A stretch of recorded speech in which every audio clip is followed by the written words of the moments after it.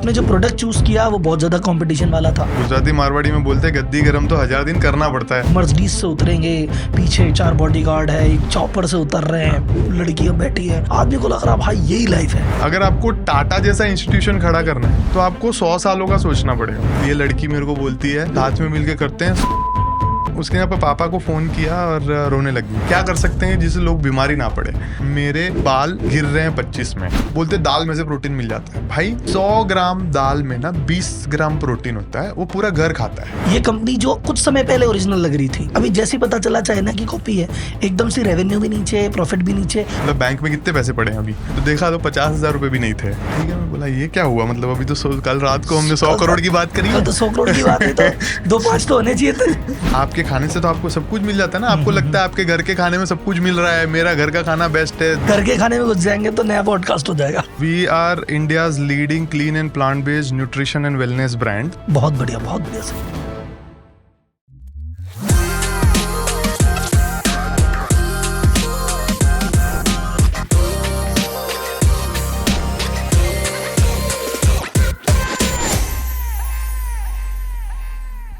एक चौल में रहने वाला व्यक्ति क्या कर सकता है? 20-25 हजार की नौकरी, जी वो भी बड़ी बात है। और ये कंपनी इतना यूनिक काम कर रही है कि हिंदुस्तान यूनिलीवर, जो देश के सबसे ट्रस्टेड कंपनियों में से एक आती है, उसने इसमें इन्वेस्ट किया है और मेजॉरिटी स्टेक लिया है। तो इस कंपनी का नाम है ओजीवा और आज हम मिलने वाले हैं इस कंपनी के को-फाउंडर मिहिर गिटानी से। इस पॉडकास्ट में हम बात करेंगे कि इनको इस चीज का आइडिया कैसे आया, शुरुआत में क्या क्या फेलियर देखे, क्या क्या चैलेंज इनके सामने आए, ये अपनी कंपनी की मार्केटिंग कैसे करते हैं, कैसे इन्होंने अपनी टीम बनाई, कैसे इन्होंने फाइनेंस लिया या फंडिंग ली, कैसे इतने कंपटीशन में खुद को अलग निकाला, कैसे इन्होंने अपनी मार्केटिंग की और इनकी सक्सेस के क्या ऐसे राज है जिसकी वजह से 10 साल में इतनी बड़ी कंपनी क्रिएट हो गई। एक स्टार्टअप की जर्नी के जितने फेज होते हैं सारे इन्होंने पार किए।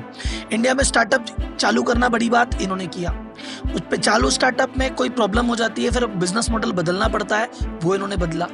उसके बाद उस कंपनी को उन्होंने स्केल किया, फंडिंग उठाई और फाइनली एक बड़ी कंपनी को बेच छोड़ दिया। ये सारे फेज हर किसी की बस की बात नहीं होती है, सारे इन्होंने किए, वो भी 10 साल में। तो अगर आपका स्टार्टअप वर्ल्ड में इंटरेस्ट है, बिजनेस में इंटरेस्ट है, सक्सेस स्टोरी सुनना चाहते हैं, केस स्टडी सीखना चाहते हैं, तो ये पॉडकास्ट आपके लिए। आपको इस पॉडकास्ट में सीखने को मिलेगा टीम कैसे बनाई जाती है, मार्केटिंग कैसे की जाती है, कंपनी को बनाने में सबसे इंपॉर्टेंट चीज क्या होती है, और जब बड़ी कंपनी बनती है तो फाउंडर का वर्क लाइफ बैलेंस कैसे डिस्टर्ब होता है, फाउंडर का वर्क लाइफ बैलेंस कैसा होता है, फंडिंग रेस करने के लिए किन किन चीजों का ध्यान रखना चाहिए, फंड रेस करने के बाद भी कोई दिक्कत आती है क्या, या जब कोई कंपनी बड़ी हो जाती है तो उसके पास सिर्फ 3 ऑप्शन रह जाते हैं आगे बढ़ने के लिए। क्या है वो 3 ऑप्शन? जब आप कोई प्रोडक्ट लॉन्च करते हैं तो खुद की वेबसाइट पे काम करना चाहिए, दूसरों की वेबसाइट पे, क्या बेटर है क्या नहीं बेटर है, एंड इतनी बड़ी जर्नी में इतने फेलियर और इतने चैलेंजेस के लिए फाउंडर खुद को मोटिवेट कैसा करता है, एक बंदे का माइंडसेट कैसा होता है, ये सारी बातें सीखने को मिलेगी आपको आज के पॉडकास्ट में। आप में से बहुत लोगों ने ओजीवा का तो नाम सुना ही होगा और क्या करती है आपको पता होगा,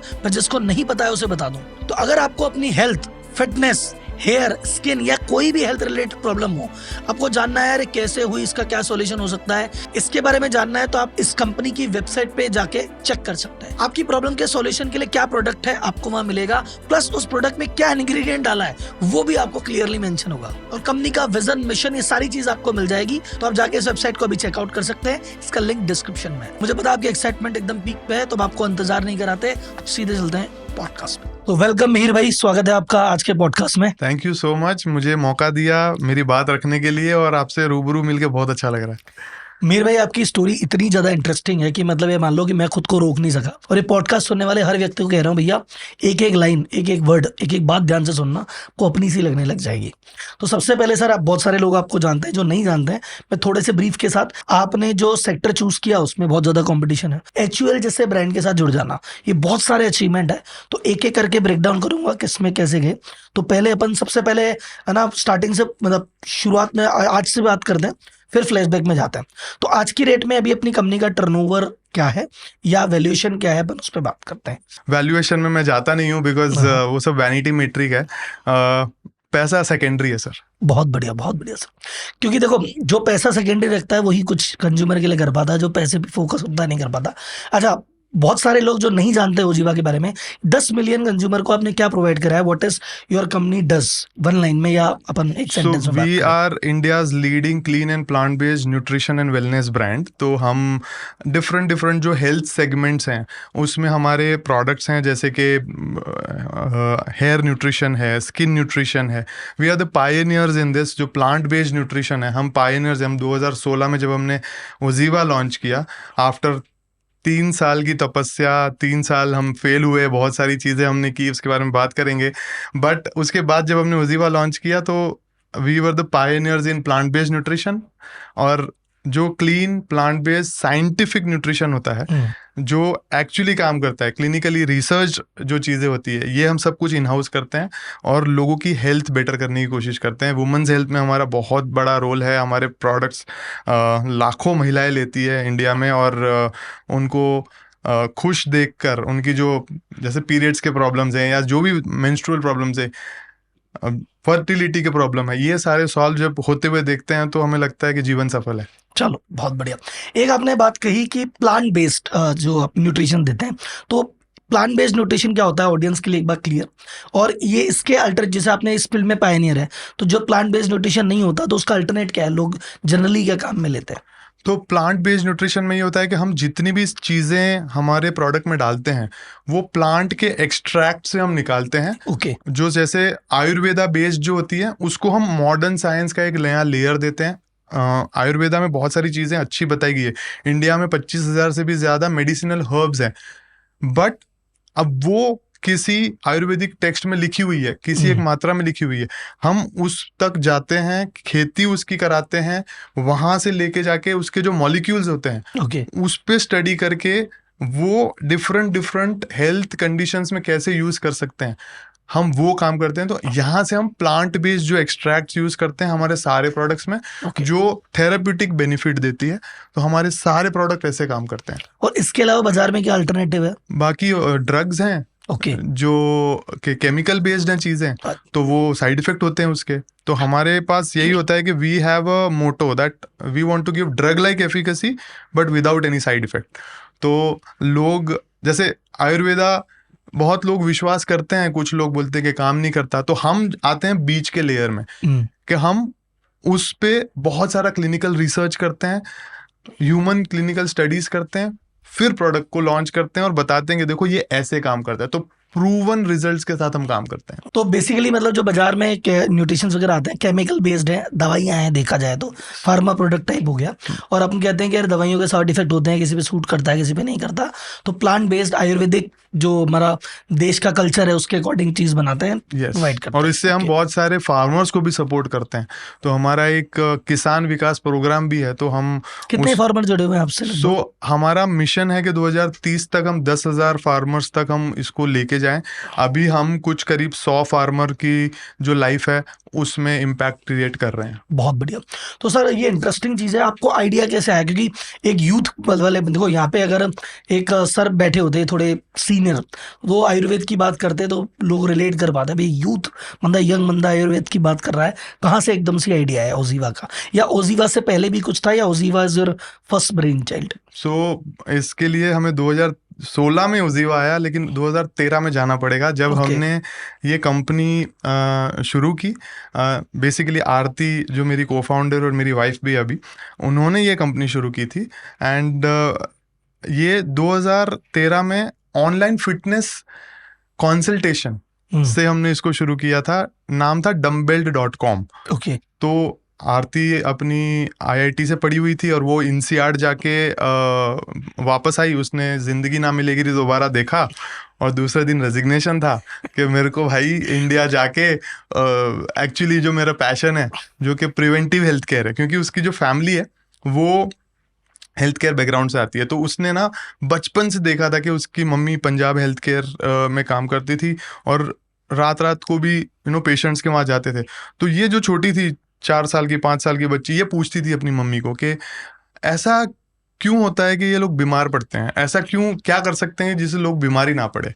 तो प्रिवेंटिव हेल्थ केयर ना वहाँ से उसके सीड हुआ। और दूसरा एक था कि उसको इम्पैक्ट इन्वेस्टमेंट में जाना था।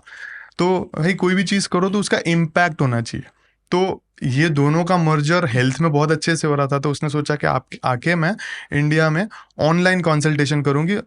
बट एलियन कॉन्सेप्ट था, 2G एरा में हम ऑनलाइन की बातें करें तो थोड़ा जियो भी नहीं था तब। कुछ भी नहीं था, राइट। तो जो 3G इंटरनेट भी मुश्किल से आता था, तो हम इस पे करते थे, वेब पे। तो वो 10 लाख रुपए रेज किए थे, बट टिपिकल स्टार्टअप स्टोरी, 6 महीने में पैसे खत्म। और नेक्स्ट राउंड हुआ नहीं। अब हाँ, तो अब करे तो करे क्या, अब खुद के पैसे डालें। तो मुझे याद है उसने बताया था कि ये अब तक मैं आया नहीं हूँ हाँ। ओके इस कंपनी में। उसके यहाँ पर पापा को फ़ोन किया और रोने लगी, और बोला कि यार पापा मुझसे शायद नहीं होगा। उसके पापा ने एक ही चीज़ बोली कि बेटा मैं बैठा हूँ, बट तू गिव अप करने वालों में से नहीं है। दूसरे दिन हिम्मत जुटा के बिजनेस मॉडल जो पिवट करते हैं, जो बोलते हैं स्टार्टअप की भाषा में स्टार्टअप की भाषा पिवट, पिवट। तो वो पिवट किया और ऑफलाइन बिजनेस मॉडल सोचा कि भाई अभी एक काम करते हैं, ऑफलाइन ट्रेनिंग सेंटर्स खोलते हैं, बिकॉज ऑनलाइन तो एडेप्टेशन है नहीं, तो करना तो इसी में है। अब मैं मेरे बारे में बताता हूँ। मैं born and brought up in Bombay, और मैं बहुत ही लोअर मिडिल क्लास फैमिली से आता हूँ। मैं 30 साल मेरे ज़िंदगी के मैंने चौल में गुजारे हैं, जो मुंबई में मैं रहता था और अभी भी रहता हूँ। तो 10 बाय 15 की रूम में हम 7 लोग रहते थे, और तो वहाँ से, बट स्कूल में मैं ब्राइट स्टूडेंट था, साइंस में मेरी बहुत रुचि थी। तो 10th के बाद ही मैंने ये था कि या तो मैं एजुकेशन में जाऊं, या तो छोड़ के घर में पैसे की ज़रूरत है तो 5,000 रुपये कमा सकता हूं, तो मैं मेरे घर में हेल्प कर सकता हूं, ऐसी हालत थी। तो कोशिश करी कि भाई मैं पार्ट टाइम जॉब करता था, और वहाँ से मैंने अपनी 16 साल में पहला बिजनेस का सीड आया कि भाई किसी के वहाँ जाके काम करके देखूं कि क्या होता है, कैसे होता है। तो वहाँ से मैंने मेरा फर्स्ट साइंस में गया मैं, और बायोटेक्नोलॉजी मैंने बैचलर्स किया। और वहाँ पे मुझे फिटनेस के बारे में और रुचि हुई कि भाई मैं खुद जानूँ, खुद देखूँ, और मैं मैराथन दौड़ता था। तो मैंने करीब करीब 100 से ज़्यादा फुल मैराथन दौड़े हैं, और मैं लोगों को सिखाता था। लाइक मैं करीब करीब 1500 लोगों को ट्रेन करता था वहाँ पे मुंबई में। तो मैं ऑफलाइन ट्रेनिंग कर रहा था, ये ऑनलाइन कोचिंग से ऑफलाइन में आ रही थी कि वो कोच ढूंढ रही थी। तो we met through a common friend कि हम मैराथन दौड़ रहे थे, हमने बात की, ओके ठीक है मिलते हैं। शाम को मैं मिला हूँ हीरानंदानी में उससे, और इसलिए लड़की मेरे को बोलती है कि देख साथ में मिलके करते हैं, 100 करोड़ का बिजनेस बनाएंगे। भाई मैंने मेरी जिंदगी में 100 करोड़ में कितने जीरो होते हैं ये भी नहीं पता था मेरे को, क्योंकि मेरी इतनी वो ही नहीं थी। मैं सही बात है। बहुत बहुत नीचे के नहीं, बैकग्राउंड उस से समय आया में था। आदमी लाख रुपए के पैकेज को बड़ा मानता है। हाँ। भाई मैं उस दौर से आया हूँ, इसलिए मैं जानता हूँ कि 10-20-25 हजार रुपए बड़ी बात लगती है। लाख कोई बोल दे तो कान खुल जाते हैं कि लाख क्या होता है। हाँ, तो मैंने सोचा यार ये देखो पढ़ी लिखी तो है, IITian है, बाहर से पढ़ के लिख के आई है, कुछ तो बात बोल रही होगी। बोली मैंने रेस भी किया है। तो अब मैंने बोला चलो ठीक है। तो मैं साइंस वाला गाय था, मैं कोचिंग पूरा ये सारी चीज़ें करता था, और ये मैंने उसको बोला कि चलो ठीक है करते हैं शुरू। जब मैं दूसरे दिन को वर्किंग स्पेस में एक लेके रखी थी उसने स्पेस, तो मैंने जाके देखा, और फिर मैंने बोला चलो ठीक है अब ये बनाएंगे। मतलब बैंक में कितने पैसे पड़े हैं अभी अगर अपने को सेंटर खोलना है तो देखा तो 50,000 रुपये भी नहीं थे। ठीक है, मैं बोला ये क्या हुआ, मतलब अभी तो कल रात को हमने 100 करोड़ की बात करी कल है। तो 100 करोड़ की बात है, तो 2-5 तो होने चाहिए थे। तो हमने बोला चलो ठीक है कोई बात नहीं, बढ़ते हैं। बट ये था कि हमारी वैल्यू सिस्टम की जो हमने बातें की, तो वो हमारी वैल्यू सिस्टम बहुत मैच करी। तो वहां पे मुझे लगा कि एक कनेक्शन है, हम कर सकते हैं साथ में। एंड हम ज़्यादा एक दूसरे को जानते भी नहीं थे। बट अब मैं बोलूँ, मेरे जो परिवार ने मेरे को वो नहीं दिया कि भाई बहुत सारा पैसा या एजुकेशन के लिए पैसा ये सब नहीं दिया, बट जो संस्कार मेरे परिवार ने मेरे को दिए यार, वो मैं किसी कॉलेज किसी पैसे से मैं नहीं ले सकता। तो हमारे को ये था कि सत्यम वद धर्मं चर मातृदेवो भव पितृदेवो, यहाँ से हम रोज ये गा के बाहर आए हुए हैं। भाई स्वाध्यायान्म प्रमद, मतलब आप स्वाध्याय स्व के अध्ययन में कभी आलस ना करो। तो हमने बोला चलो खुद का हम अध्ययन करते हैं, देखें हम क्या कर सकते हैं। और यही सेम चीज वो भी बोल रही थी, मैं बोला यार यहाँ पे लगता है कि सिनर्जी बैठ रही है। सिनर्जी बैठेगी, करते हैं। क्योंकि वो पैशन दिख रहा था, मेरे को भी वो पैशन था कि हाँ लोगों को लिए ठीक कुछ करना है। क्योंकि मुझे भी लग रहा था कि यार इतने सारे लोग जो अनफिट है और जो मेरे पास कुछ हेल्प लेने आ रहे हैं, मैं उसको कर सकता हूँ। वो भी सेम सोच से चल रही थी। मैं बोला भाई ये करते हैं। भाई सेम ही, बस ऐसे मान लो कि गोल एक है, रास्ते अलग अलग थे। रास्ते अलग वो अलग। प्रिवेंटिव में देख रहे थे या फिटनेस में देख रहे थे, बट था हेल्थी, था दोनों की हेल्प ही करना तो चाहते थे। वहां से हमने हमारा dumbbell.com को आगे लेके जाने की कोशिश करी। और हमने ऑफलाइन में बोला कि यार ये dumbbell.com ना, नाम थोड़ा सा जिम टाइप का लग रहा है, इसको नाम चेंज कर दे। क्योंकि जब आपको कुछ समझ में नहीं आता ना, ये स्टार्टअप वाले कुछ तो करो, सब Pivot नाम मारो, चेंज कर देते pivot मारो। हैं, नाम चेंज कर देते हैं। हाँ। ये हमेशा होता है, ब्रांडिंग चेंज कर देते हैं, लोगो चेंज कर देते हैं, लोगो कलर चेंज कर देते हैं। क्योंकि यही सोचते हैं हम शुरू में, और ये कुछ प्रॉब्लम तो है करे। कि आइडेंटिटी चेंज करो। तो हमने वो किया फिट सर्कल, ठीक है। तो हमने बोला एक फिटनेस का एक कम्युनिटी बनाएंगे, तो फिट सर्कल नाम सही जा रहा था। तो हमने बोला चलो ये करते हैं। तो ये करते करते हमारे जो भी पैसे थे ये सारे लगने लग गए। तो मैंने ना छोटा सा एक पहले उस बिजनेस समय शुरू सिर्फ किया। कंसल्टिंग चलती थी ना, मतलब उस समय कंसल्टेशन था कि ऑनलाइन। भाई किसी को ऑनलाइन चल रहा था, फिर ऑफलाइन सेंटर्स को ऑनलाइन और डालने लगे। ऑफलाइन में हम ग्रुप ट्रेनिंग कराते थे, अच्छा। मैराथन ट्रेनिंग, कि भाई कोचेस रख लिए, हमने एक प्रोग्राम बना दिया और वो लोग आते थे मॉर्निंग में, 3 दिन मॉर्निंग में कोचिंग और संडे को रन। तो ये एक मॉडल चलता है जैसे रनिंग में और इस तरीके से। तो हम उसको ग्रो कर रहे थे। साथ में हम कॉर्पोरेट में घुसने की कोशिश कर रहे थे कि भाई कॉर्पोरेट में ट्रेनिंग मिल जाए कुछ। सर्वाइवल मोड में थे हम, मतलब हमें जो एवरी मिल रहा था सिंगल डे कर भाई रहे थे। जो है कि भाई आज का दिन कैसे कैसे गुजरेगा गिव अप किए बिना, ये हम सोचते थे। तो वैसे करते करते हमारा 2 साल निकल गया और हमारे खुद के पैसे भी इसमें खत्म होते गए कि भाई, क्योंकि मुझे याद है हम 4 किराने वाले रखते थे ताकि हम 4 महीना उधारी ले सके। हजार रुपये भी हमारे पास में एक्स्ट्रा नहीं होते थे कि किराना हम वो दूसरे रास्ते से जाओ उसको मुंह ना दिखाओ। ये दिन भी देखे हैं राहुल भाई। तो लेकिन हमने गिव अप नहीं किया। ये हमने सबसे अच्छी बात की कि भाई ये हमारा जो गोल था उसको सामने रखा। तो जो भी ये पॉडकास्ट देख रहा है, तो अगर वो भी कोई इसी तरीके से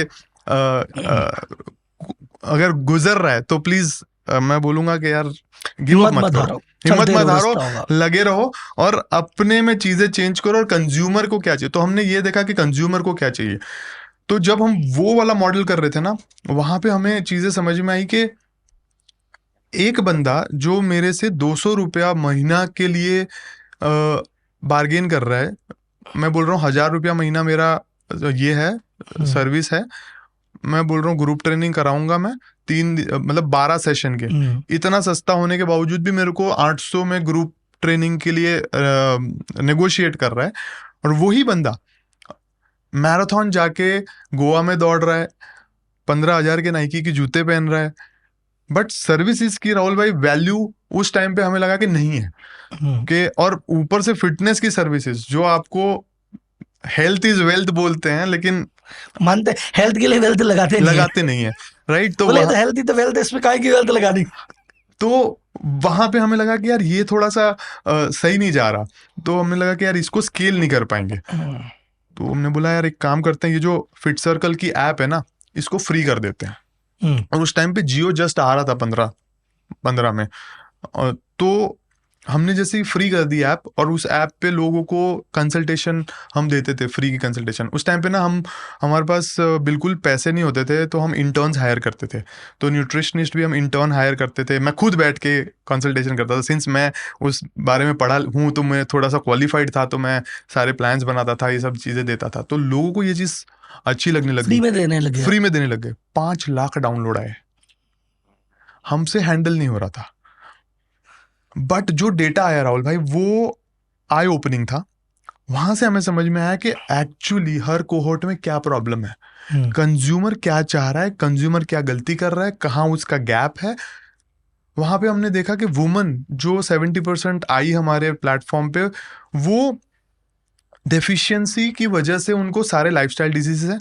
वो वर्कआउट नहीं कर रही, वो अच्छे से खाना नहीं खा रही, उनकी डाइट सही नहीं है, माइक्रोन्यूट्रिएंट की डेफिशिएंसी है, 50% से ऊपर को आयरन की डेफिशिएंसी है, इसीलिए उनके बाल झड़ रहे हैं, उनको हार्मोनल इश्यूज हो रहे हैं, प्रोटीन नहीं खा रहे, इसके लिए उनके गोड़ों में दर्द है। वर्कआउट करना नहीं है। तो ये सारी चीजें थी। तो हमने बोला यार अब ये गैप है। यहाँ पे भी हमने कभी ये नहीं सोचा था कि हम अपना प्रोडक्ट लॉन्च करेंगे। हमने उस टाइम पे सोचा कि हम क्यूरेटेड मार्केट प्लेस बनाएंगे, चलो, कि जहाँ पे हम बहुत सारे अच्छी अच्छी कंपनियों का जो स्क्रूटिनाइज करके जो बेस्ट प्रोडक्ट है वो हम जो डाइट प्लान दे रहे हैं उसके साथ देंगे, हमसे ले लेंगे, वो बिजनेस मॉडल सेट हो जाएगा, हमसे खरीदेंगे, डाइट प्लान फ्री में मिलेगा। हमने मार्केट में जाके चेक करना शुरू किया। जैसे हमने प्रोटीन से शुरुआत की कि भाई प्रोटीन 70% महिलाओं में और 70% मेल में भी प्रोटीन की डेफिशिएंसी है। वेजिटेरियन पॉपुलेशन है जो नहीं खा पा रही है और डेली डाइट में नहीं मिल रहा है और इसकी वजह से प्रॉब्लम हो रही है। साथ में हार्मोनल इम्बैलेंस इश्यूज है, माइक्रोन्यूट्रिएंट की डेफिशिएंसी है। तो चलो आयुर्वेदा में सारे रास्ते हैं इसके, तो हमने बोला थोड़ा आयुर्वेदिक सप्लीमेंट्स, थोड़ा ये ऐसे करके कॉम्बिनेशन करते हैं। ढूंढने गए हम मार्केट में। 2 टाइप के सप्लीमेंट उस टाइम पे अवेलेबल थे अगर इस कैटेगरी में बात करूं तो। वन वाज बिग ब्लैक बल्कि डब्बाज of muscle building supplement, gym going supplement, जिसको देख के लड़कियां भाग जाती थी, बोले ये तो स्टेरॉइड डोले है, वाला का, हाँ। ये तो भाई ये तो 16 का डोला वाला हाँ, हिसाब है। ये सब चीजें हमारे लिए नहीं है। और जब मैंने उसका न्यूट्रिशन लेवल देखा, अरे ये तो पूरा ही माल्टोडेक्स्ट्रिन भरा हुआ है इसमें, इसमें आर्टिफिशियल स्वीटनर भरे हुए हैं, ये तो मैं खुद ना खाऊं तो मैं जिसने मेरे पे भरोसा किया है उसको कैसे दे सकता हूँ, ये तो मेरी फैमिली को भी मैं ना दूं। दूसरी साइड में जो प्रोटीन एबीसी के नाम पे 20% प्रोटीन 70% माल्टोडेक्स्ट्रिन शुगर वाले प्रोडक्ट हैं जो डॉक्टर प्रिस्क्राइब कर रहा है, तो ये भी तो मैं ये भी नहीं गड़बड़ दूंगा। है। तो हमने जब बाहर देखा, बाहर बहुत सारे अच्छे प्रोडक्ट्स थे, प्लांट बेस्ड थे, ये सारी चीजें थी उसमें। हमने बोला यार या तो हम इंपोर्ट करें, औकात तो थी नहीं इंपोर्ट करने की, हमारे खुद के दिन नहीं कट रहे थे, पैसे नहीं थे हमारे पास, और हमारे पास कोई ऐसा नॉलेज नहीं था, ना कोई गॉडफादर था कि कोई हमें बताए। तो हमने बोला कि यार ये तो या तो हम वेट करें कोई बड़ी कंपनी को लॉन्च करने का, फिर हम लोग, या तो necessity is the mother of all invention, भाई हम खुद लॉन्च करेंगे। हमने सोच लिया खुद लॉन्च करेंगे।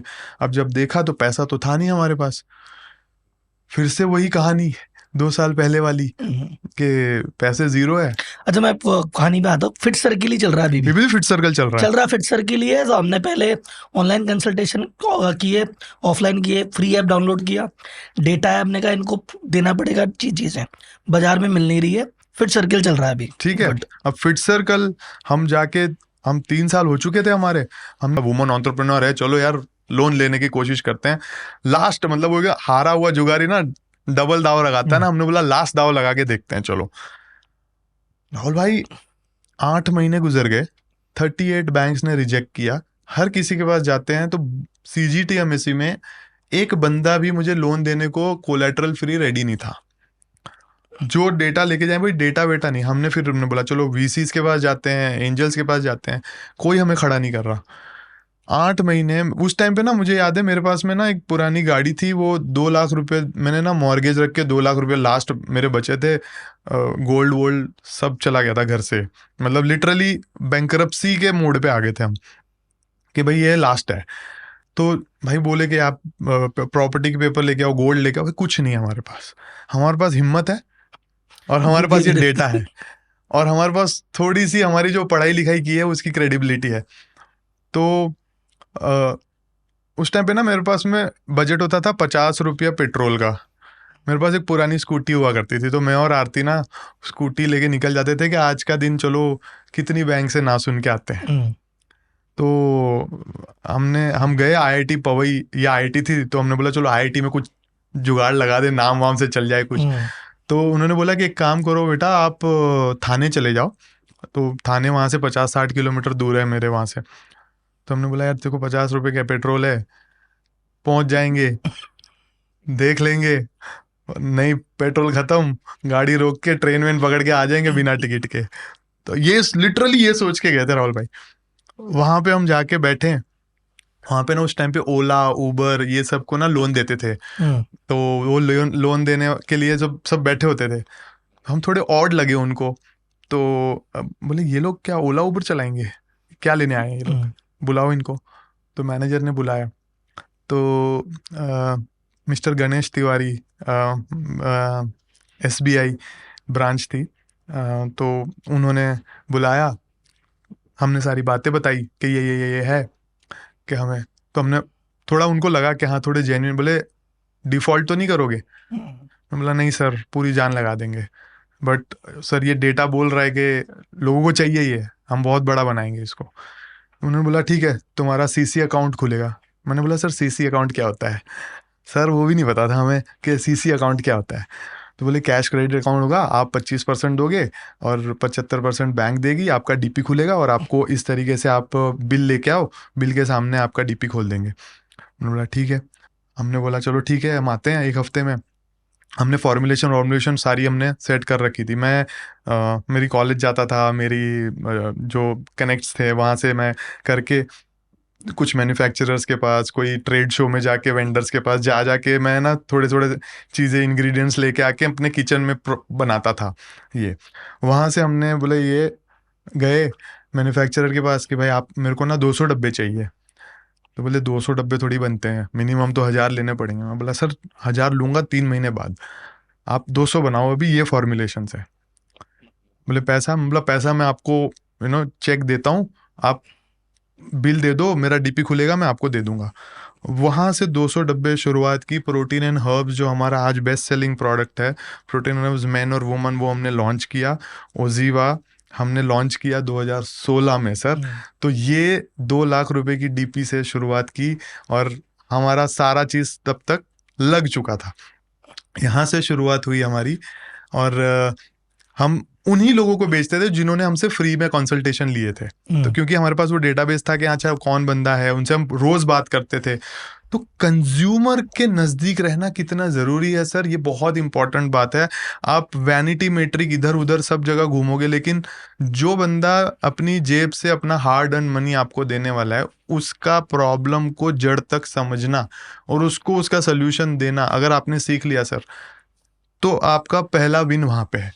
तो हमें लगा कि हाँ चलो ये 200 डब्बे बिक गए। हमने 400 का ऑर्डर दिया, 400 से 800 का ऑर्डर दिया। उस साल सर हमने 44 लाख रुपए का टर्नओवर किया। That was the first time हमें लगा कि भाई हाँ ये, और वो हम करते गए, उनसे बात करते गए। तो ये जो फ्री कंसल्टेशन था ये हमने हमेशा फ्री रखा, because we were getting the feedback. ये कोई नहीं कर रहा था। तो सर ये एक्चुअली, लेकिन आपने रिस्कियर गेम भी है भाई, वो कहते हैं चल रहा है चलते को चलाओ ना, क्यों रिस्क लेना है। आपने R&D करी, ये जब निकलेगा तो मस्त निकलेगा, बट इसमें रिस्क भी है कि आप कुछ नई चीज बना रहे हो, मेहनत में R&D में पैसा लग गया, टाइम लग गया, नहीं बनी तो बन गई पर चली नहीं तो उस समय जब मान लो जेब में पैसा भी नहीं है, और उस समय ऐसा रिस्क लेने का कैसे माइंडसेट आया? राहुल भाई, मेरे को ना मेरे बचपन की बात याद है। जब भी कोई मेरे को ना बचपन में पूछता तू बड़ा होके क्या बनेगा, मेरे मुंह से एक ही चीज निकलती थी, मैं साइंटिस्ट बनूंगा। मेरे को पूछते थे क्यों, तो मेरे दिमाग में बचपन से कहीं से ये आया था, मुझे याद नहीं है कहाँ से आया था, कि साइंटिस्ट जो होते हैं वो इनोवेटिव काम करते हैं, और जो इनोवेशन करता है वो लोगों की लाइफ चेंज करता है। ये डेफिनेशन थी मेरे दिमाग में, और ये अभी तक एनग्रेव्ड है, और ये मेरी जिंदगी भर मेरे में एनग्रेव्ड रहेगी कि बॉस अगर आप इनोवेशन नहीं करोगे तो आप किसी की लाइफ नहीं चेंज कर पाओगे। तो यहाँ से मेरे दिमाग में आता था कि यार नहीं, you always challenge the status quo. आप चलती गाड़ी में बहने को बह जाओगे, but then you will not survive for long. तो आपको अगर लंबा सोचना है, अगर आपको डेकेड्स में सोचना है, अगर आपको टाटा जैसा इंस्टीट्यूशन खड़ा करना है, तो आपको 100 सालों का सोचना पड़ेगा। हम क्वार्टर्स और मंथ्स में देख लेते हैं, अगले साल में फरारी ले लूंगा, अगले साल में यहाँ पे मैं बंगला ले लूंगा। बस यहाँ से शुरुआत करोगे ना तो फिर वहीं रह जाओगे। और बात आपकी एकदम सही है। जो मीटू प्रोडक्ट जिसने बनाया भाई, एक वो सलीम जावेद पे डॉक्यूमेंट्री आई थी नेटफ्लिक्स पे, आई जस्ट सॉ। तो सलीम जी ने कहा कि देखो ओरिजिनल कुछ नहीं होता, ओरिजिनल वो होता है जिसका सोर्स नहीं पता होता।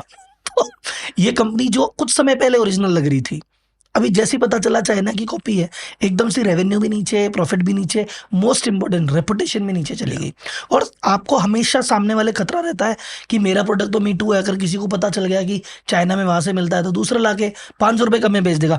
वो खतरा R&D करने वालों को नहीं होता है, क्योंकि फिर ना आप वो विशियस सर्कल में जाते हैं ना भाई, कि अच्छा वो भी लेके आया, अब मैं डिस्काउंट चलाऊंगा, अच्छा वो 20% चला रहा हूँ, मैं 30% चलाऊंगा, फिर तो बॉटम ही नहीं है उसका बॉटम कोई। ऑफ द रेस है, रेस टू द बॉटम, हाँ, नोबडी विंस। तो फिर वो नहीं करना पड़ता है। जब you can command premium because we are trying to solve a crucial problem with your unique thing.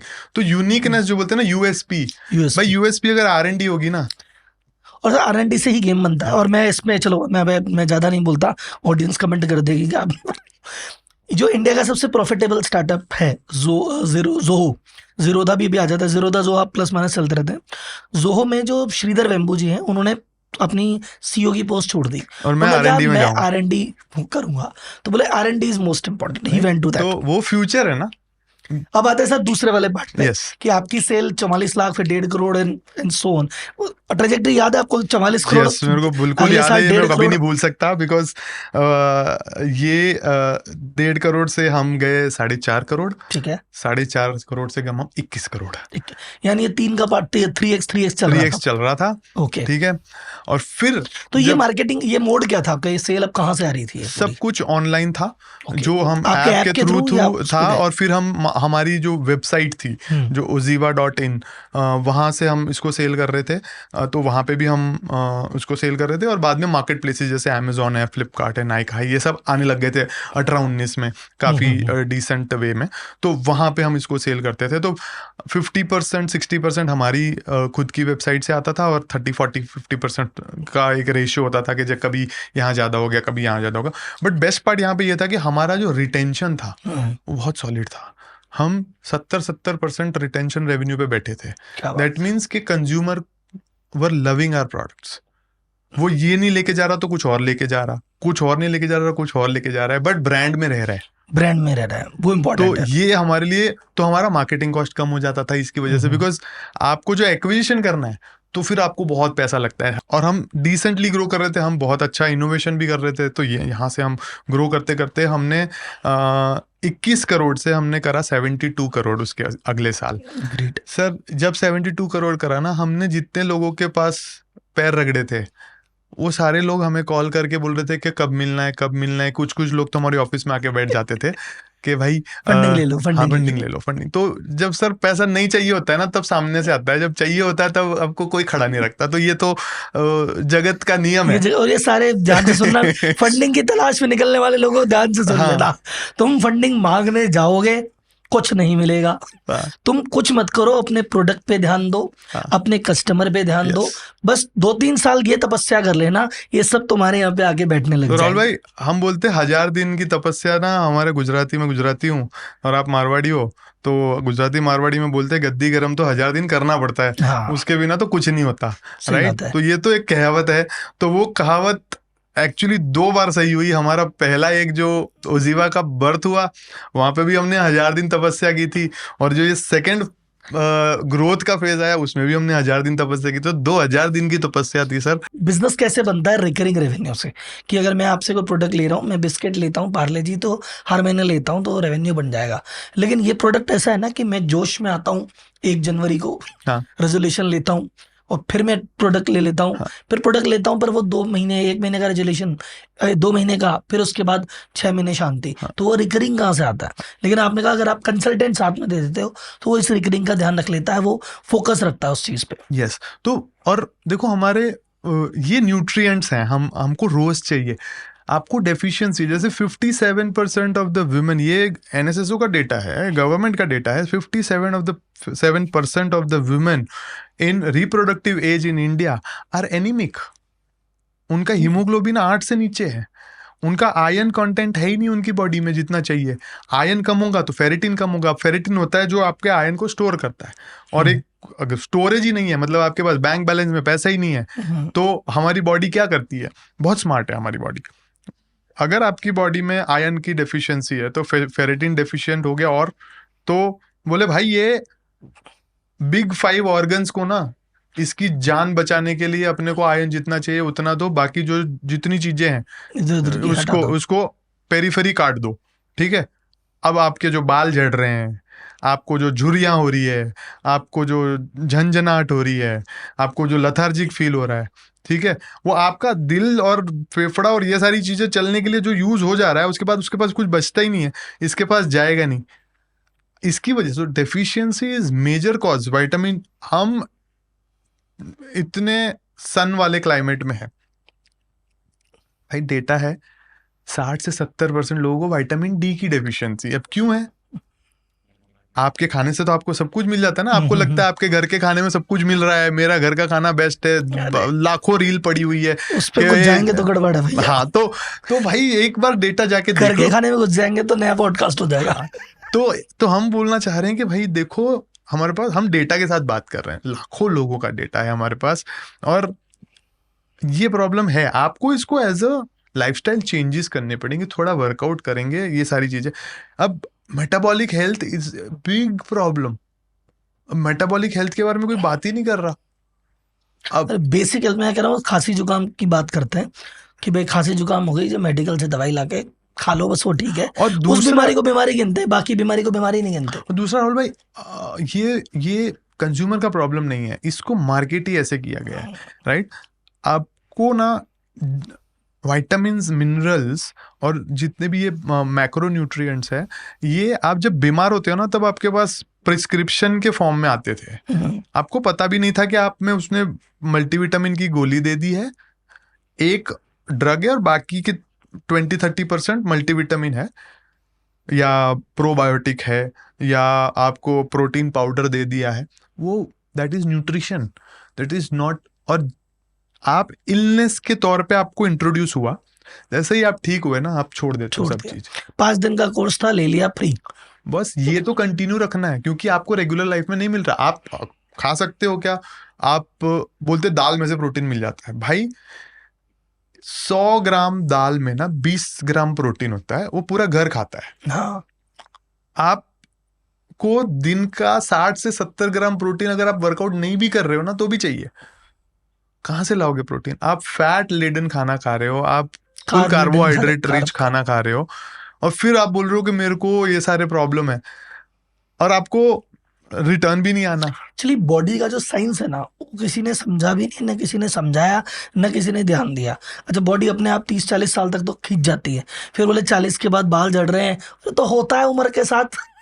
दादाजी के हुए थे, पिताजी के हुए, मेरे भी हो गए, क्या बात है, ये तो होता ही है। मोटापा तो होता ही है, 50 के बाद तो घुटने में दर्द होता ही है। वो कोई ये नहीं समझ रहा भाई होता ही क्या है, क्यों होता है, क्यों होता है, तुम्हारे क्यों होता है, ये सब क्यों हो रहा है, क्यों हो रहा है, कुछ तो कारण होगा, साइंस होगा, समझो तो सही। उतना दिमाग नहीं लगा रहे। अच्छा, एक और चीज, आपने एक एम्प्लॉय वाला पार्ट आता है, एम्प्लॉय वाले पार्ट पे भी आपने टीम, जैसे शुरुआत में तो आप दोनों की कहानी हमने सुनी, अब धीरे धीरे अभी टीम कितनी बड़ी हो गई है, और टीम कैसे कैसे बड़ी, और आपने उनको भी सोप्स वगैरह, उसमें बेनिफिट्स वगैरह मिले उनको कुछ? Yes, absolutely. तो हमारे लिए ना टीम बहुत इंपॉर्टेंट है, बिकॉज हम अकेले कुछ नहीं कर सकते। तो आपके विजन पे बेट लेने वाले बंदे अगर आपको मिलते हैं, तो उनका ख्याल आपको रखना है। सो हम इंटरनली, हमारा एक मोटो है that customer comes first, second comes team, third comes investor, और बाकी कुछ बचा तो फाउंडर, राइट? तो इस वे में हम सोचते हैं कि कुछ भी होगा तो, और जब कोई दिक्कत आएगी तो ये रिवर्स हो जाएगा, उल्टा हो जाएगा। फाउंडर पहले सामने खड़ा होगा, इन्वेस्टर मुझे पता है कि मेरे को बैक करेगा, मेरी टीम भी मुझे बैक करेगी, और कस्टमर भी बैक करेगा। तो इस तरीके से हम सोचते हैं। तो हमने इंटर्न से शुरू किया था। विघ्नेश हमारा फर्स्ट इंटर्न था, और आज भी वो हमारा पूरा डिजिटल प्रोडक्ट देखता है। He is there with us since last 12 years। First हमारा ऑफ साइट था, गोवा गए थे हम। वहां पे हमने अगर थोड़ा फिल्मी है तो आने दो, हम भी फिल्मी, सब फिल्मी सुन रहे थे।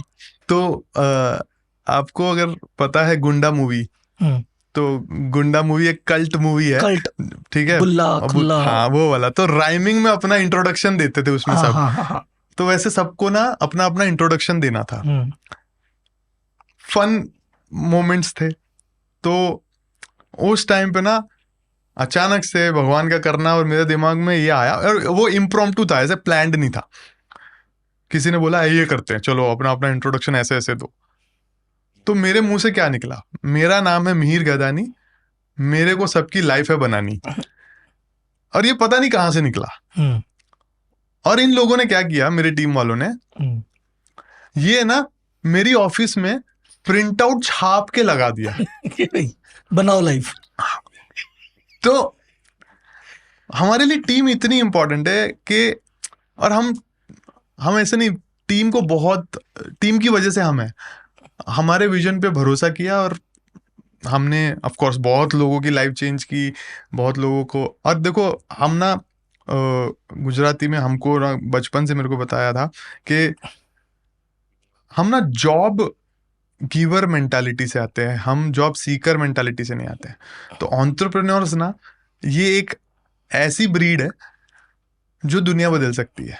और अगर आपके किसी के घर में खाना आ रहा है, वैसा काम आप कर रहे हो, बस वो भगवान का काम है, वो सेवा है।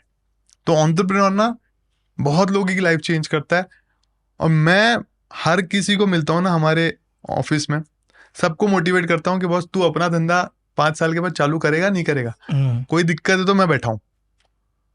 We need more entrepreneurs India में। अगर हमें इतने ट्रिलियन की बातें कर रहे हैं, बिना एंटरप्रेन्योर्स के नहीं होगा। एंटरप्रेन्योरशिप ही वो सीड है जिसकी वजह से सारी चीजें वर्क करती हैं, क्योंकि वो definitely। इकोनॉमी को चलाते हैं। हम छोटे से शुरुआत करो, बट और मेरा जो फैमिली बैकग्राउंड है वहां पे भी हम बहुत छोटा छोटा हमारा धंधा था, 2 लोगों को एम्प्लॉय करते थे, बट उनके घर में खाना जा रहा है, आपको नहीं पता आप किसके नसीब का खा रहे हो। सही बात है तो टीम हमारे लिए बहुत सर। मैं इंपॉर्टेंट है। कहता हूँ एंटरप्रेन्योर को भी, एंटरप्रेन्योर होता है संत आदमी। वो सब यार लोग तो ऐसे कहते हैं तेज होता है, संत कैसे होता है? मगर संत आदमी क्या कहता है, पहले सबका भला बाद में मेरा भला। तो एक बिजनेस करने के लिए क्या लगता है भाई? जगह लगती है, लैंड। लैंड को क्या जाता है? रेंट। तो जिससे जगह लेता है उसको रेंट देता है कि Yes. भाई तू खुश रहे। Yeah. फिर दूसरा क्या लगती है? लेबर, एम्प्लॉय, उनको तनख्वाह देता है कि जा तू भी खुश रहे। फिर लगती है कैपिटल, Yes. उनको ब्याज देता है कि जा तू भी खुश रहे। Yes. फिर बीच में आते हैं वेंडर, चाय पानी, सीए बीए वकील, ये सब, इनको इनकी फीस देता है कि जा तुम भी खुश रहे। फिर आती गवर्नमेंट, उसको टैक्स देता है कि जा तू भी खुश रहे। इन सबको देने के बाद कुछ बचता है तो मेरा, और नहीं बचा तो मेरा बचे ना बचे, मैं कर्जे में जीऊं, तुम सबको तो मैं दूंगा। तो इससे बड़ा संत आदमी कहां से आएगा साहब? बहुत बढ़िया। मतलब ये जो बोलते हैं ना कि यार जॉब वर्सेस एंटरप्रेन्योरशिप, बस मैं तो बोलूंगा 7 जन्म तक एंटरप्रेन्योरशिप। अच्छा, एचयूएल सीन में कैसा है सर? हिंदुस्तान लीवर जो इतनी बड़ी जायंट कंपनी है, आप नोटिस करो कि उस कंपनी में जॉब मिल जाए तो बड़ी बात होती है। मतलब वो गांव में हमारे राजस्थान में सवावाणी कर देते हैं कि अरे यार नौकरी मिल गई। कहाँ मिल गई? गूगल में नौकरी मिल गई, एचयूएल में नौकरी मिल गई, वो वाला स्टेटस है। तो वहां से नौकरी मिल जाए तो बड़ी बात है, उसकी कोई डीलरशिप मिल जाए तो बड़ी बात है। उस कंपनी ने ऑफर किया आपको, आपके साथ जुड़े, एसोसिएट हुए, और क्योंकि उनके पास ऑफर आते हैं 100 कि यार हमारे साथ जुड़ जाओ, वो मना करते हैं 99 को। एक को अगर वो आगे से अप्रोच करके जुड़ते हैं तो उनमें आपने कुछ ऐसा देखा होगा जो कि मतलब हम भी नहीं देख पा रहे। एचयूएल को पता है कि ये कंपनी 10 साल में कहाँ जाएगी। Yes. वो वास्तव में डिकेड में सोचती है। तो वो डील कैसे मैटेरियलाइज हुई? हाउ इनिशिएट कैसे हुआ? सर हम जब फर्स्ट $5 मिलियन का सीरीज ए हुआ, फिर हम और ग्रो करे, फिर हमने सीरीज बी लिया, $12 मिलियन, करीब 110-115 करोड़ रुपए का हमने और एक राउंड उठाया। फिर इसके बाद ना ग्रो करने के लिए कंपटीशन बहुत हीट अप थी। तो हमें ग्रो करने के लिए 2 ऑप्शन थे, तो 3 ऑप्शन थे इनफैक्ट।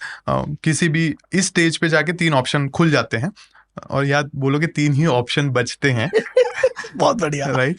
तो एक था कि हम PVC राउंड उठाए, तो वहां पे एक शॉर्ट पीरियड में मुझे वापस वही फेज में उसी फास्ट वे से मुझे ग्रो करना है, जो कि मार्केट डायनामिक्स अब चेंज हो चुके हैं। जबकि मैं जहां से मैंने शुरू किया, हॉकी स्टिक जो मेरा ग्रोथ आया, उसके बाद ऑब्वियसली आप जब एक लेवल पे पहुंच जाते हो तो आपकी कंपटीशन बढ़ जाती है, बहुत सारी और कंपनियां आ जाती है, and then the growth becomes slow and sometimes you degrow as well, अगर आप रॉन्ग प्रैक्टिसेस करने लग जाओ तो एक था ऑप्शन कि मैं फिर से उसी राह पे जाऊं और बर्न करके और करूं और फिर और पैसे उठाऊं। वहां पे जो इन्वेस्टर आएगा, क्योंकि हमारे वो उस फेज में कस्टमर, टीम, इन्वेस्टर, फिर हम थे, तो इन्वेस्टर का मुझे सोचना बनता है कि मैं उसको रिटर्न क्या दूंगा, because anybody who comes in with a expectation, right? तो मेरा दायित्व बनता है 10%, 10x। हाँ, तो 10x का वो आएगा, और 10x नहीं तो 4x 3x मैं क्या दे सकता हूँ, is it possible in a short period of time, or I need a patience wala capital, right? Or the third is that I go for an IPO.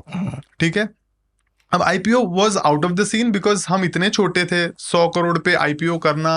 अब ऑफ कोर्स अभी SME IPO की बातें अब हो रही है, but जब हमने बातचीत शुरू की थी 21-22 में HUL से या हमारे दूसरे इन्वेस्टर्स से, तब ये सारा सीन नहीं था.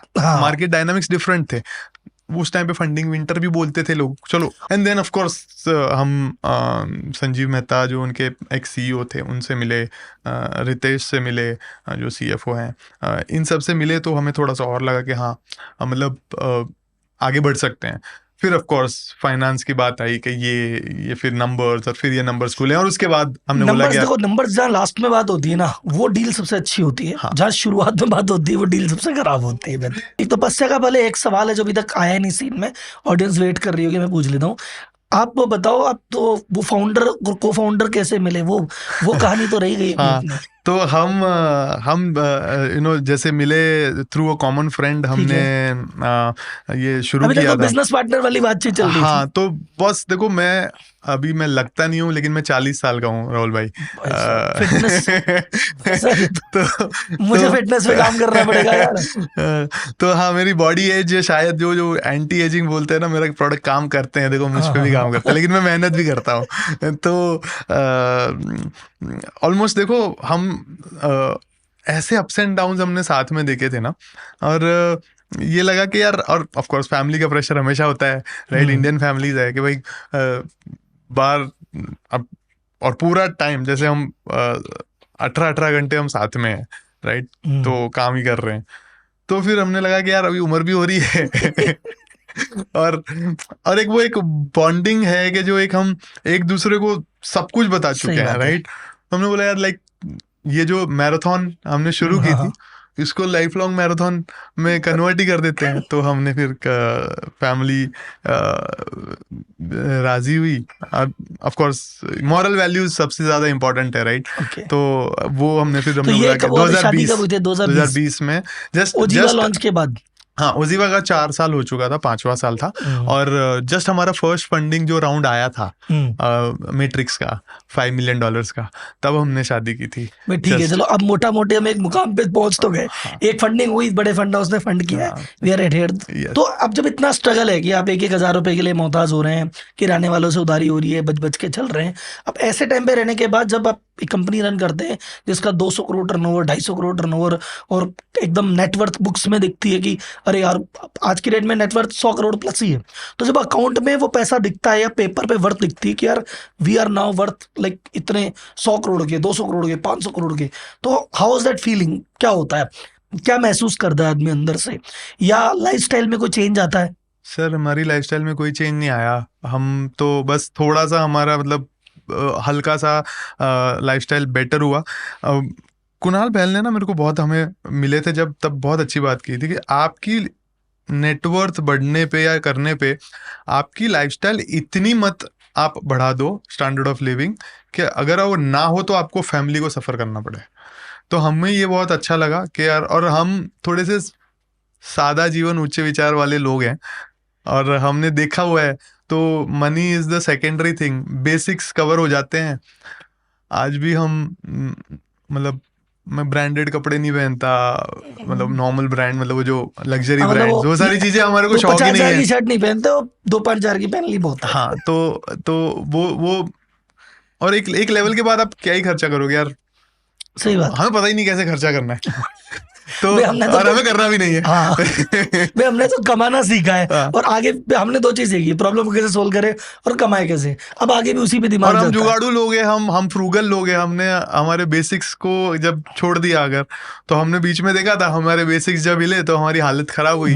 तो ये तो बेसिक्स का पार्ट है, तो इसको नहीं हिला सकते. अब सर, इसमें एक आज की डेट की हॉट डिबेट वाला सवाल पूछ रहा हूँ. आज सब जगह डिबेट चल रही है वर्क लाइफ बैलेंस की. तो अब वर्क लाइफ बैलेंस में कुछ लोग कहते हैं अरे जान लगाओ क्या करेगी लाइफ, कई लोग कहते हैं लाइफ भी जीनी चाहिए. अब आपसे ये सवाल मैं 2 बार पूछ रहा हूँ. दो बार ऐसे कि वो जो 12 साल आपने बिल्ड किया तब वर्क लाइफ बैलेंस कैसा था, and now you have made it, एक लेवल अचीव कर लिया है, नाउ वर्क लाइफ बैलेंस कैसा है, या सजेशन आपका वर्क लाइफ बैलेंस पे बाकी लोगों को क्या है? सो मेरा व्यू ऐसा है ना कि अगर आपको देखो इनिशियल ईयर्स में जब आपकी बॉडी साथ देती है, आपको आपके पास वो अंदर से वो एक आग होती ही होती है, राइट, चीजें आपके फेवर में अपने आप आने लग जाती है, आप अग्रेसिवली उस चीज के पीछे जाते हो, आप जब कर सकते हो तब जाओ, राइट। तो इनिशियल ईयर्स में ना देखो, मैंने तो नहीं देखा किसी को कि 4 घंटे करके कोई मिलियनर बिलियनर बना हो, राइट। मेरे पास तो ऐसा कोई कहीं कहीं ज्ञान नहीं है कि ऐसा होता है, और जो लोग ये सोचते हैं फिर वो उसी दायरे में रहेंगे। तो अगर आपको दूसरों की लाइफ चेंज करनी तो आपको थोड़ा तो कष्ट उठाना पड़ेगा, आपको थोड़ी कसरत, थोड़ी मेहनत और वो करनी पड़ेगी। तो शुरुआत के दिनों में हमने भी 12 साल भयंकर, ना दिन देखा ना रात देखा। मैं नहीं कहता कि सब किसी को, हर किसी को करना पड़े, बट अगर आप कर सकते हो, अगर आप मेंटली उस चीज के लिए रेडी हो, तो वो स्ट्रेस ठीक है, अपनी बॉडी जितना ले सकती है उतना स्ट्रेस लो, ओवर स्ट्रेस मत लो, बट मौका मिले तो कर लो, उससे आप पीछे मत हटो। और उसके बाद जब सब कुछ मिल जाता है उसके बाद तो अब नाउ इट्स मोर रिलैक्स्ड, अब मैं हॉलीडेज ले सकता हूँ। राहुल जी, हमें कोई हनीमून वनीमून पे भी हम नहीं गए थे, ऑफ कोर्स वो तो कोविड था, वो तो अलग बात थी। उसके बाद भी हम 2022 तक नो ट्रिप्स, राइट, हमने एक छुट्टी नहीं ली थी पूरे 10-12 साल में। तो इट्स अप टू इंडिविजुअल, आप कैसे देखना चाहते हो। मैं ये नहीं कहता कि ये ही बेस्ट वे है, बट देखो अगर आपके सामने 2 चॉइस है, आप लेके देखो, आप अगर कर सकते हो तो करना चाहिए, इट्स इंडिविजुअल थिंग। अच्छा, अभी वर्क लाइफ बैलेंस बेटर है, अभी आप कैसे? Much better. अब मैं of course I have a 2-year-old now, तो मेरा 2 साल का बच्चा है। और इनफैक्ट जब आरती प्रेग्नेंट थी, मतलब मिवान मेरा बच्चा जस्ट डिलीवर हुआ था, लिंक्डइन पे आरती का एक पोस्ट वायरल हुआ था। आरती की कमिटमेंट देखो, आरती ने, मेरा बच्चा यहाँ डिलीवर हुआ है और हमारी HUL की डील साइन नहीं हुई थी, और लास्ट साइनिंग बाकी था, और ये ऑफ कोर्स ट्राइंग कर रहे थे कि पहले हो जाए, बट यू डोंट नो कि प्लान नहीं कर सकते इसको। तो डेट आ गई और वो लैपटॉप पे यहाँ बच्चा डिलीवर हुआ है, सिजेरियन ऑपरेशन के बाद भी वो बैठ के रिव्यू कर रही है। ये कमिटमेंट है, ये कमिटमेंट है। और वो फोटो, मतलब अगर एक वुमन चाहे ना तो क्या कर सकती है, वो बंदा सोच भी नहीं सकता। तो ये लेवल का कमिटमेंट जब उसमें है और मेरे में है, और जब ये साथ में कंबाइंड फोर्स बनता है, तब कुछ चीजें बनती है। तो ये सैक्रिफाइसेस हमने किए, ये मैं नहीं बोल रहा हूँ हर किसी को करने चाहिए, बट अगर आपका ऐसा टाइम आता है, डोंट शाय अवे। मौका मिले तो कतराओ मत, फिर वहां पे मौका मिलने के बाद बार बार नहीं आते मौके, सही बात है, बार बार नहीं आते, बाद में नहीं आएंगे ऐसा। हाँ। तुमको जिंदगी भर 40 साल रोना है तो रोते रहोगे यार, पूरा टाइम रोने के लिए तो 100 चीजें हैं। ये जो 12, 15, 16 घंटे भी काम कर रहे हैं, ये एक दौर फेज है। किसी का 5 साल का, किसी का 10 साल का, किसी 12 साल का, 50 साल नहीं करना, लेकिन ये 10 साल कर लोगे तो फिर अगले 50 साल मस्ती से निकलोगे तुम और तुम्हारा। एक मैंने कहीं कोटेशन पढ़ा था, मुझे बहुत अच्छा लगा, और वो आप पे मेरे पे तो स्पेशली फिट बैठता है। उसमें वो लिखा था कि तुम अपनी मतलब होता ना कि जैसे जनरेशन्स में कोई एक आता है कि पूरी जनरेशन में गरीब गरीब गरीब गरीब एक बंदा आता है, फिर वो सब सेट कर देता है, और आगे तक की जनरेशन 7 जनरेशन सेट है उसे एक आदमी की वजह से। तो उसमें आता है कि तुम्हारी पीढ़ियों का भविष्य बनाने के लिए पैदा हुए हो, लाइफ आसान नहीं रहेगी। तो मेरे को वो मोटिवेट करता है, बिल्कुल अपने पे अपनी जिम्मेदारी नहीं है। अपने आज के बाद अब जो पीढ़ी आएगी वो याद करेगी कि गरीबी चल रही थी, एक आया था। तो एक और कोट मैंने पढ़ा था इसके बाद का, अगर मैं देखूं, अगर दूसरा साइड के, जब टफ टाइम होते हैं ना, वो बनाते हैं strong man, right. Strong man creates easy life, easy life creates weak man. Weak man creates again poor life, right? तो ये चक्कर में नहीं पड़ना है कि अगली जनरेशन को भी ये पास ऑन करना है कि बॉस ये संस्कार देने हैं भाई, तुम्हें मेहनत करनी है आगे। अब मैं तो शायद मिलेनियल हूँ, बट जेनजी को मैं यही बोलता हूँ कि बॉस आप लोगों के लिए टाइम हमारे से बेटर है, आपके पास अपॉर्चुनिटी और भी ज्यादा है, मेहनत कर लो और अपनी जो आगे की जेन अल्फा है ना उसको और पास ऑन करो। क्या बात है, ग्रेट सजेशन सर। अब हमारा एक रिचुअल है रैपिड फायर वाला, उस पे आगे बढ़ते हैं और वन वर्ड में बातचीत करते हैं। होप एवरीथिंग हमने कवर किया। कौन सा बिजनेसमैन, स्टार्टअप कम्युनिटी के अलावा बात कर रहा हूँ, कौन सा बिजनेसमैन है which you like the most India में? स्टार्टअप कम्युनिटी में या के अलावा मुझे लगता है कि सर रतन टाटा, जो हम अभी हमारे साथ नहीं है, बट जो लेगेसी उन्होंने बनाई है। In startup community which the businessman best founder you like? Kunal Bahl, because मेरा उनके साथ में पर्सनल रिलेशन भी है, तो मैंने देखा हुआ है कुणाल बहल को और रोहित बंसल को, तो आई थिंक बहुत ही सुलझे हुए लोग हैं, सुलझे हुए एंटरप्रेन्योर। ओके, आपका प्रेफर्ड इन्वेस्टमेंट, कहाँ पर इन्वेस्ट करना पसंद करते हैं खुद? मैं पर्सनल फाइनेंस में of course mutual funds, then little bit of equity and then startup investment. Favourite book? Persuasion by Robert cialdini, जिससे आई थिंक मैंने यहाँ पे भी देखी थी, इन्फ्लुएंस पढ़ी थी उनकी, उन्हीं ऑथर की Persuasion बुक है। रिसेंटली मैंने 5 बार पढ़ी है एंड मैं और 10 बार पढ़ सकता हूँ, इतनी बढ़िया है वो। नहीं, वो अवॉर्डेड है इस पर्टिकुलर चीज के लिए, मतलब इस सर्कल ऑफ कॉम्पिटेंस है उनका, इन्फ्लुएंस पे जब बात करते हैं, अमेजिंग। मैं तो मेरे क्लासेस में पढ़ाता हूँ उनकी बुक्स के बारे में। अच्छा, favourite movie? I am not a big movie fan, but Chak De India. Okay, favourite travel destination in India? Hampi. Favourite country to visit other than India obviously? USA, मैं अभी 3 बार जाके आया हूँ, तो USA and then Italy. Okay, great. अब तक की बिगेस्ट परचेज जो आपने की हो? Biggest purchase, mutual funds count करते हैं क्या? नहीं, वो तो इन्वेस्टमेंट हो गया। ये तो गुजराती आदमी कह सकता है। बिगेस्ट परचेस, अभी गाड़ी ली है एक, बस। कौन सी गाड़ी ली? Sir XUV 700। अरे फिर तो बिगेस्ट। अच्छा, घर है, घर होना चाहिए, मगर गाड़ी महंगे लिए। हाँ, घर है, उससे बड़ा थोड़ा सा घर है। हाँ। बिगेस्ट अचीवमेंट क्या मानते हैं आप? सर बिगेस्ट अचीवमेंट कि मैंने बहुत सारे लोगों की लाइफ चेंज करी, और मुझे मौका मिला तो मैं और करूंगा। Any regret? No regret. ऐसी कोई चीज जो अभी आप चाहते हैं कि आपकी बकेट लिस्ट में है कि ये करनी है? बहुत सारी है, मतलब और 10 कंपनियां खड़ी करनी है, और हजारों लाखों लोगों को एम्प्लॉयमेंट जनरेट करनी है, और इम्पैक्ट क्रिएट करना है। बहुत बढ़िया सर, बहुत बढ़िया। And last but not the least, experience of this particular podcast, any suggestion to us? Mind blowing and feels like home. अरे सर, थैंक यू। चलो सर, दैट्स ऑडियंस, ये था हमारा पॉडकास्ट। और आपको अगर आप हेल्थ सेक्टर में कोई स्टार्टअप चालू कर रहे हैं या आप जनरली एंटरप्रेन्योरशिप के बारे में जानना चाहते हैं, ये स्टार्टअप की एक, मतलब जैसे कहते हैं ना कि कोई प्रॉब्लम आती है, मैं गीता खोल के देख लेता हूँ, गीता हमेशा खोलिए, लेकिन आपको ये पॉडकास्ट भी कई बार देखने पर समझ में आएगा, और कई ऐसे पीस हैं जो आपके दिमाग को ओपन करेंगे। और अगर एकदम जीरो से या लोअर मिडिल क्लास से चालू कर रहे हैं तो ये स्टोरी आपको जरूर इंस्पायर करेगी। सो भाई साहब, आपको इससे पॉडकास्ट से क्या सीखने को मिला, अपने कमेंट्स मुझे बताते रहिए, और कोई सवाल आपके मन में है तो बताइए, मुझसे एक फॉलो पॉडकास्ट जरूर करेंगे। ठीक है, इसी के साथ धन्यवाद, जय हिंद, थैंक यू।